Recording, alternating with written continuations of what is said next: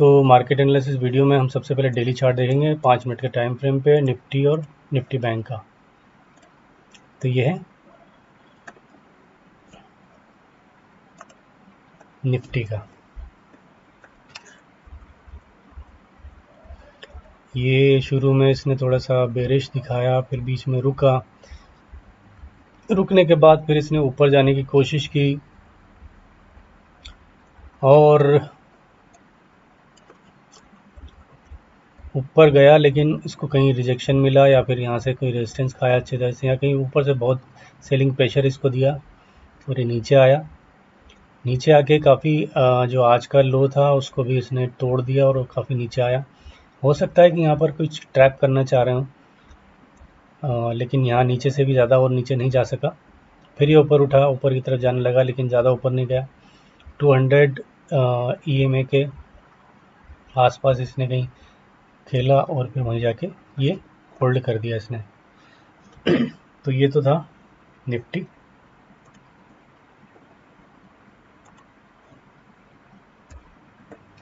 अब देख लेते हैं निफ्टी बैंक का। तो निफ्टी बैंक का 2 दिन का देखेंगे।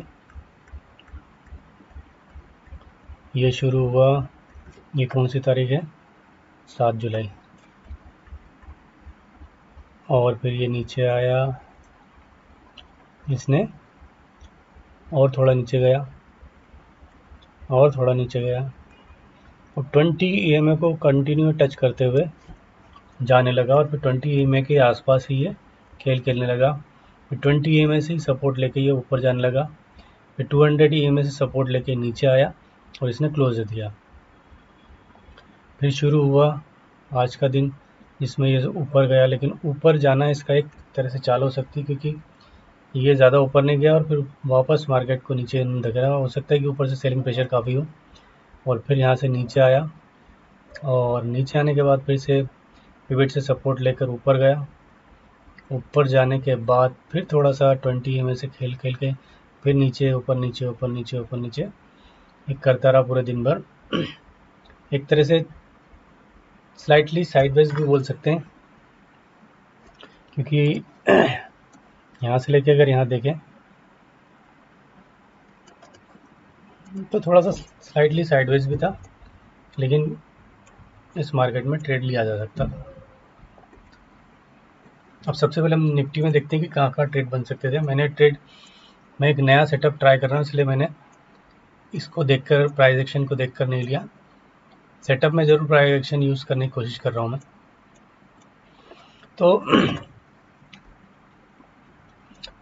मैं ये बता रहा था कि ये जो जब भी ऐसे डाउन होता है और उसके बाद ऊपर जाने की कोशिश करता है 2-3 कैंडल से, तो ये इसका मतलब गैप अप हो सकता है। ये देखा गया है ऐसा, जैसे कि निफ्टी बैंक में भी यहाँ पर देखो तो ये गैप अप के इसने पॉसिबिलिटी दिखा दी है। अब हम इसका थोड़ा सा ओवरव्यू देख लेते हैं। यहाँ पर इसने काफ़ी एक होल्ड किया, यहाँ पर बिल्कुल इसका पॉइंट था, यहाँ से टच करके ऊपर गया। यहाँ पर भी ये रेजिस्टेंस लिया, सपोर्ट लिया और ये लाइन काफ़ी ख़ास थी। तो कल भी यहाँ इसने रेजिस्टेंस खाया और नीचे आया। आज भी इसने क्या किया, इसी लाइन के आसपास थोड़ा सा कुछ ट्रैपिंग टाइप कुछ किया। पहले बायर फंसाया, सेलर फंसाया, फिर बायर को फंसा दिया, फिर उसके बाद ये सेल के लिए नीचे आया। तो इस तरह से इसने कुछ खेल खेला, मुझे ऐसा लग रहा है, ट्रैपिंग करके ये नीचे आया। इसके बाद अगर हम देखें तो ट्रेड कहाँ बन सकते थे।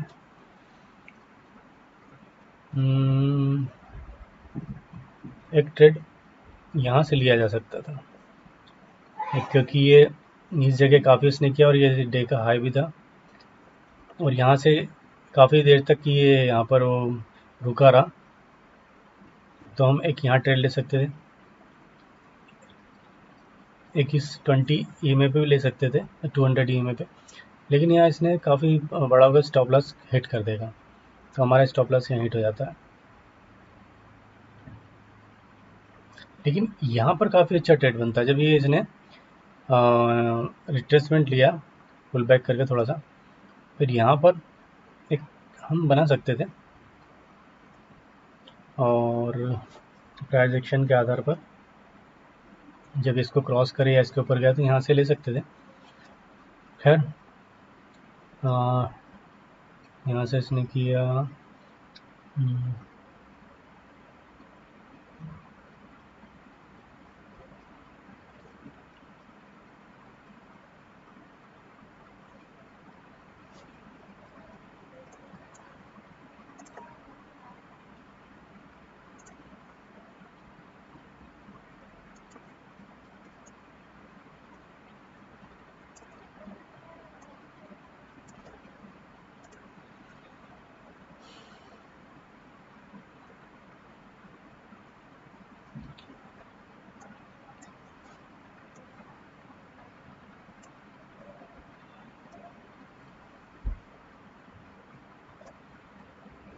निफ्टी का तो बड़ा अजीब सा लग रहा मुझे, तो मैं इसको नहीं कर पा रहा हूँ। झूठ बोल के मैं खुद से कहाँ जाऊँगा, तो छोड़ देते हैं इसको।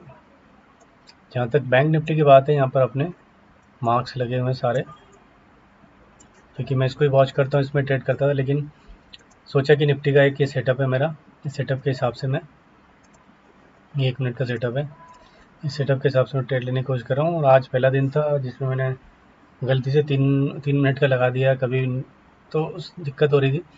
कल से कोशिश करूँगा कि प्रॉपर इसी पे मैं इसको फ्रंट टेस्ट करके अच्छा सा देखूँ कि क्या इसमें अच्छी है और क्या बुराई है। तो चलो हम पहले देखते हैं कि ये देखो, ये सबसे पहले बहुत बड़े यहाँ पर एक मिला था कि 220 EMA को। यहाँ पर देखो पहला कॉन्फ्लुएंस है कि ये कैंडल समझ में नहीं आ रही थी कि कैसे जाएगा, कहाँ जाएगा, लेकिन ठीक है इसके यहीं पर 20 EMA की लाइन के ठीक सपोर्ट लेते हुए जो ऊपर गया। उसके बाद एक कॉन्फ्लुएंस ये था कि इसका जो कल का जो क्लोजिंग थी, उस क्लोजिंग से भी ये ऊपर गया, इस क्लोजिंग को तोड़ नहीं पाया, नीचे आने के इसके कोई वो मूड नहीं था। और दूसरी बात कि ये हमारा एक काफ़ी यहाँ पर बाइंग, मुझे ऐसा लगता है, दूसरे को नहीं लगता हो तो मैं नहीं जानता, यहाँ पर बाइंग काफ़ी यहाँ से आ सकती है। अगर यहाँ से कोई ऐसा आता है, देखो यहाँ से बाइंग आई, ये भी बाइंग एरिया है, फिर यहाँ पर अगर फिर ये बाइंग मिली इसको एक, और यहाँ पर एक ये सेलिंग एरिया था। तो यहाँ पर क्या हुआ, यहाँ पर समझ में नहीं आया, यहाँ पर बायर जरूर हावी हुए, लेकिन यहाँ पर थोड़े बहुत सेलर आए थे, फिर यहाँ पर फिर थोड़े सेलर आए थे, फिर उसके बाद सेलर ने काफ़ी अपनी स्ट्रेंथ दिखाई, ये स्ट्रेंथ दिखाई, फिर बाय अच्छी कैंडल में भी सेलर ने स्ट्रेंथ दिखाई। तो यहाँ सेलर कंटिन्यू अपनी स्ट्रेंथ दिखाता रहा, और उसके बाद जब एक दोनों एक जैसी लगभग कैंडल क्लोज हुई, फिर उसके बाद ये जब इसके नीचे क्लोज हुई, तो यहाँ पर एक, यहाँ से सेलिंग प्रेशर आना ही था, तो यहाँ से सेलिंग प्रेशर आया और फिर ये इसको नीचे ले गया।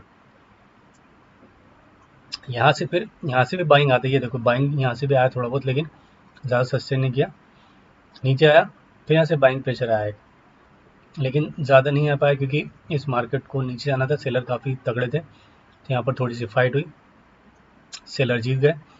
और यहाँ से भी एक बहुत बढ़िया ट्रेड बनता है कि जब भी ऐसे 20 EMA से इस तरह की कोई कैंडल बनती है, बहुत बढ़िया आती है, और फिर नीचे जब इसने इसको तोड़ा, और जब दोबारा इसको तोड़ा, तो इस लाइन तक आना इसका, यहाँ S2 तक आना इसको था, और ये S2 तक इस यहाँ आया, तो हम यहाँ तक टारगेट भी रख सकते थे।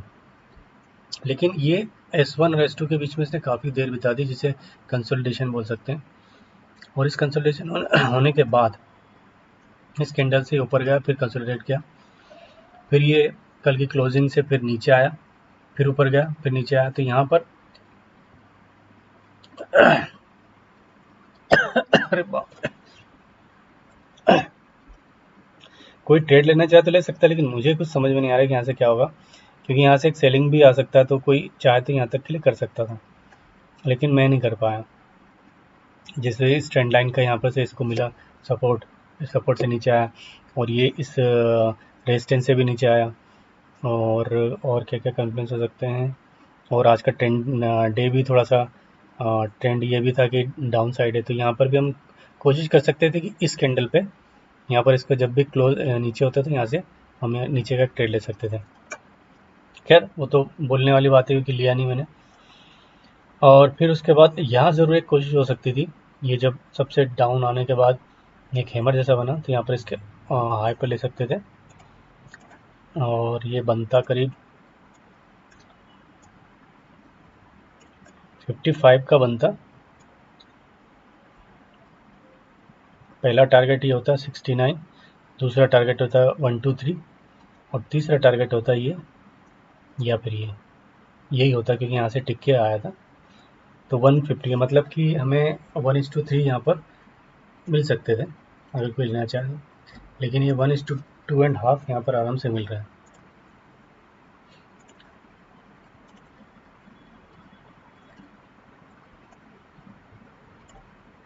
इस ट्रेंड लाइन को इसने काफ़ी रिस्पेक्ट किया और यहाँ पर भी ये इसको किया, रिस्पेक्ट किया।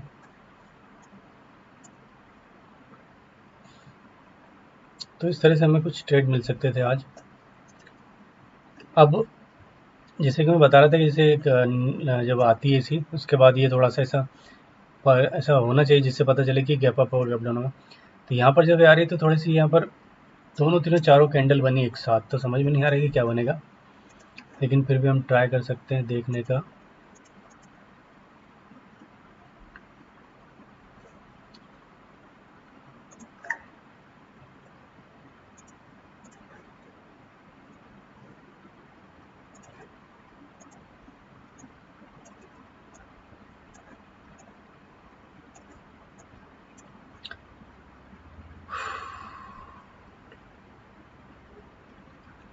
ये वैसे तो गैप डाउन का ही संकेत दे रही है, लेकिन देखना ये पड़ेगा कि क्या होता है, क्योंकि गैप डाउन का संकेत दे रही है एक तरह से, कि कल गैप डाउन भी हो सकता है। और ये अगर पूरे दिन की कैंडल देखें आज के, तो ये कुछ इंडिसीजन बोलते हैं वो कैंडल बनी है, और लेकिन इसके लो पर बनी है, इसको थोड़ा सा भी ऊपर वो नहीं जा पाया, इसके भी एकदम लो पे बनी। तो हो सकता है कि कल कहीं थोड़ा सा गैप डाउन ओपन हो सकता है पॉसिबिलिटी। उसके बाद क्या है, चार्ट एनालिसिस हो गया, ट्रेड अपॉर्चुनिटीज़ हो गई, Confluence with trade, logical trade discussions. तो ये मेरे ख्याल से सारे पॉइंट मैंने कवर कर लिए हैं। कहाँ कहाँ ट्रेड मिल सकता था वो भी देख लिया हमने, यहाँ से जहाँ तक भी जाता है यहाँ तक पहला हो सकता है कि हम यहाँ निकल जाते इस कैंडल पे, लेकिन ये फिर नीचे से तेज़ी से आया होगा तो हम यहाँ नहीं निकलेंगे और होल्ड भी कर सकते हैं, क्योंकि ये नीचे इसके स्टॉप लॉस हम यहाँ भी रखें तो नहीं हुआ, फिर ऊपर गया ये। जब इसने दोबारा कोशिश की और यहाँ पर, तो हम यहाँ के एग्जिट कर सकते हैं इस कैंडल पे, और इसी कैंडल के आसपास ये जब ऐसा रुका तो इस कैंडल के लो पर हम एक डाउन साइड का ले सकते हैं ट्रेड। ये दूसरा ट्रेड हो गया, और तीसरा ट्रेड ये भी ये तो नहीं हो सकता, ये तीसरा ट्रेड यहाँ से हम एक पुट साइड का ले सकते हैं, बहुत बढ़िया बन रहा है, स्टॉप लॉस भी बिल्कुल ना के बराबर है, और पहला टारगेट तो यही होगा, दूसरा ये होगा, तीसरा ये ले सकते हैं। तो 32:223 मतलब 1:7 लगभग इसने दे दिए।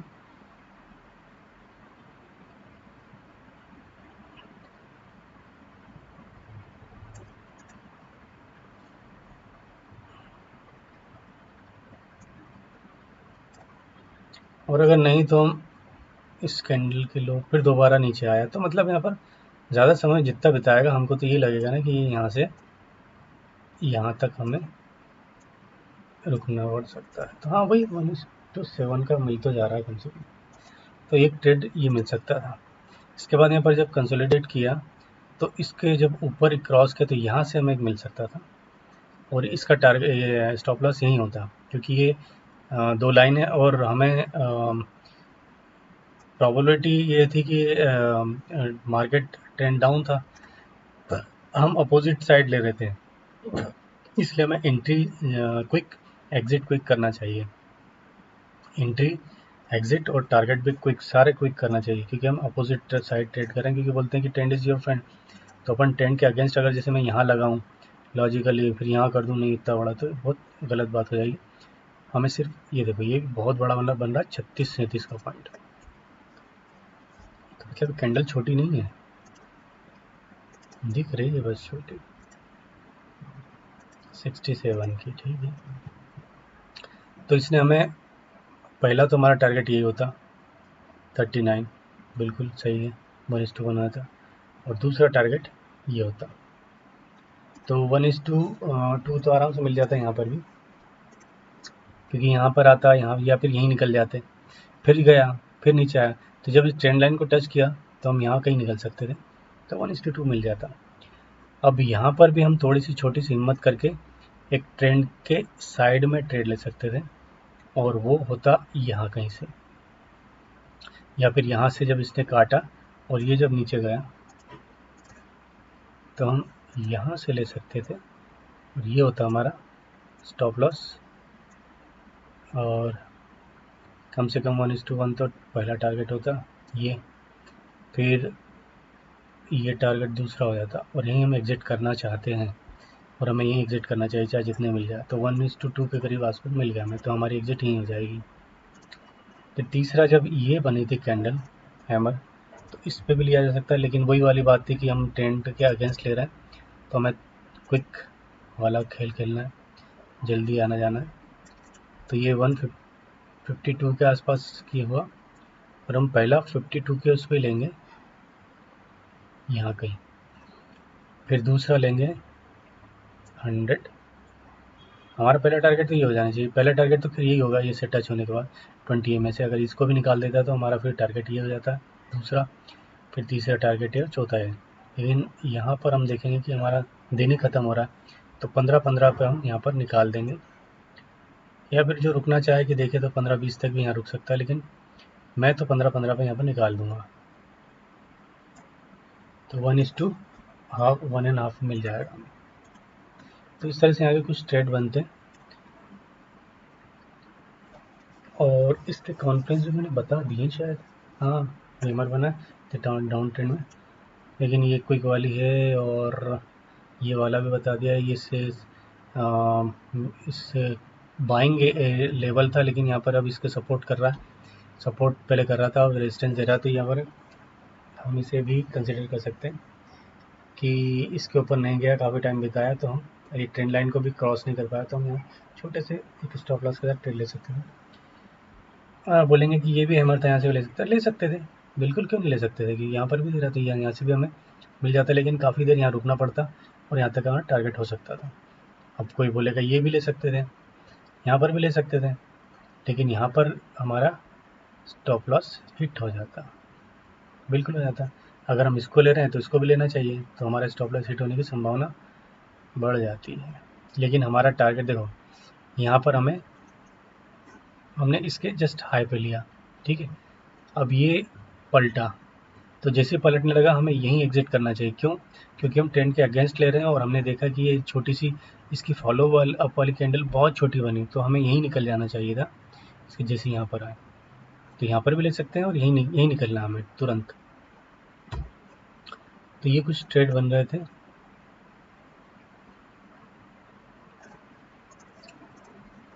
निफ्टी में भी देखा जाए प्राइस एक्शन तो क्या रही, पहले एक काफ़ी एक हेमर जिसकी स्टाइल की एक बेरिश कैंडल बनी, फिर वो नीचे लाने की कोशिश किया गया, फिर बायर ऊपर ले गया, लेकिन सेलर ने अभी भी अपना दम दिखाया, और सेलर ने काफ़ी ज़ोर से दम दिखा के नीचे किया, लेकिन बायर ने फिर भी अपना थोड़ा दिखाया, तो बायर सेलर में टक्कर हुई यहाँ पर इंडियन कैंडल बनी, और वो इस 20 EMA के ऊपर से जान लगा, यहाँ पर 200 में यहाँ पर गया, फिर यहाँ से, तो यहाँ पर बायर ने थोड़ा दम लगाया, लेकिन ये था फिर से वही लगभग 19,400 के ऊपर जा रहा है, तो ये यहाँ पर 19,500 वाली जो आ रही है, तो 19,500 का प्रेशर ऊपर से यहाँ मिल रहा है, साफ दिख रहा है कि 19,500 से ज़्यादा प्रेशर आ सकता है।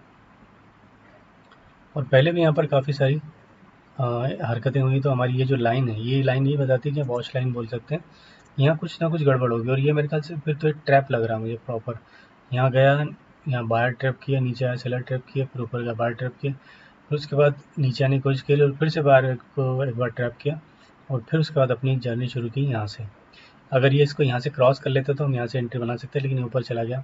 अब इसने जब इसको यहाँ से क्रॉस किया तो हमारी एक एंट्री बन सकती थी, और फिर हम यहाँ पर डाउन जा सकते थे। ये कॉन्फ्रेंस है कि ऊपर एक अच्छा खासा एक लेवल है, की लेवल, 19,450 का, और जो ऊपर जाने नहीं दे रहा है बार बार वो है।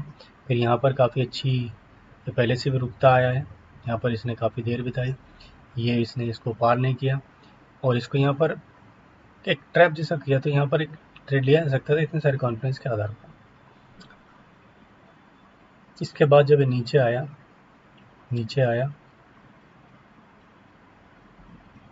नीचे नीचे,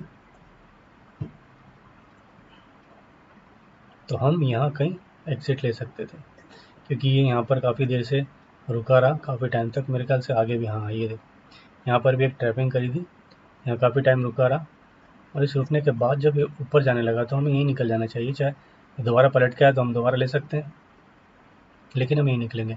और जब दोबारा पलट के आएगा तो ठीक इसी जगह पर हम लेंगे, ये इससे पहले नहीं, इससे बाद में नहीं, क्योंकि हमको पता चल जाएगा कि हाँ इसने इसको क्रॉस कर दिया है, और यहाँ से हम ट्रेड लेके नीचे तक आएंगे, और फिर देखा कि यहाँ पर लास्ट में सपोर्ट इसको कहाँ का मिल रहा है,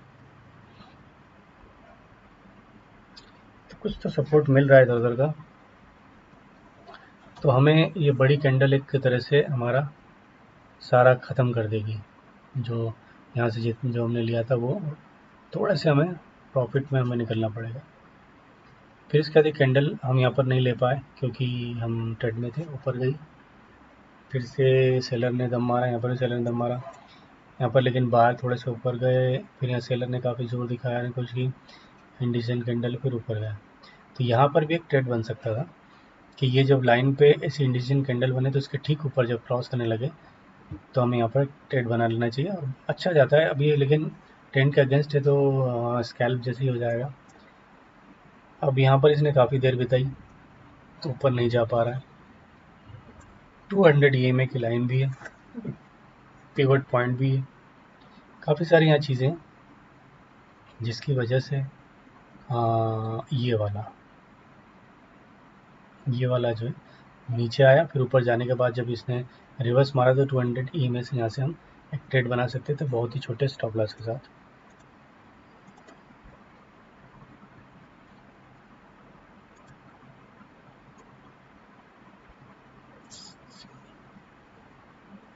या तो हम यहाँ 6 बनाते हैं या 13 बनाते हैं, ठीक है 13 बना लेते हैं चलो, और इसने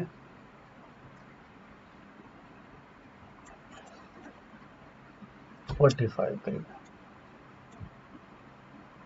या फिर हम देखेंगे कि यहाँ पर कैंडल बड़ी बनी तो हमारे यहाँ पर बन जाएगा 13 का 30, तो मतलब वही करीब 2.5-3 पौने 3 गुना यहाँ पर मिल जाएगा। अब यहाँ तक भी बोला कि या नहीं यहाँ तक ले सकते थे, यहाँ तक ले सकते थे, ये गलत बात है, क्योंकि यहाँ जब ये ऊपर जाता है वो तेज़ी से जाता है, और फिर इसके बाद वापस नीचे आएगा कि नहीं आएगा। अगर ये इसको नीचे आके क्रॉस करता है तो हमें रुकना चाहिए, लेकिन अगर इसके ऊपर जाने की कोशिश करे, जैसे ये ऊपर जाने की कोशिश करे, हम रुके ना तो हमें रुकना पड़ेगा, और जब इसने हमने देखा कि काफ़ी स्ट्रॉन्ग कैंडल बनी है तो हमें तुरंत एग्जिट कर लेना चाहिए, हमें यही सोचना चाहिए कि नीचे वापस आएगा, नीचे आए तो ठीक, नहीं तो वैसे भी टाइम हो चुका है।